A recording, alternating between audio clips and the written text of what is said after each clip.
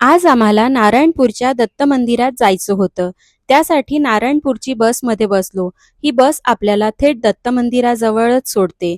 अनायासे आज गुरुवार होता, त्यामुळे मंदिरात भाविक भक्तांची खूप गर्दी होती.